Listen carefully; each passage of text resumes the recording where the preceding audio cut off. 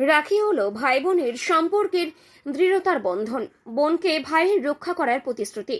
আর যারা আমাদের দেশকে, দেশবাসীকে রক্ষা করার জন্য বছরভর সীমান্তে কর্তব্যে অবিচল, তাদের ওই উৎসবের দিনগুলিতেও থাকতে হয় নিজেদের পরিবার বোনদের থেকে দূরে। তাই সীমান্তে কর্তব্যরত জওয়ানদের রাখির কথা মনে পড়লে, পরিজনদের কথা ভেবে অনেকটাই মন খারাপ হয়।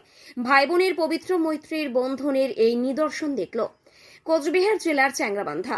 রবিবার মেখলিগঞ্জ ব্লকের ভারত বাংলাদেশ সীমান্তে গিয়ে জওয়ানদের রাখি পরালেন সামাজিক সংগঠনের সৃজনের সদস্যরা।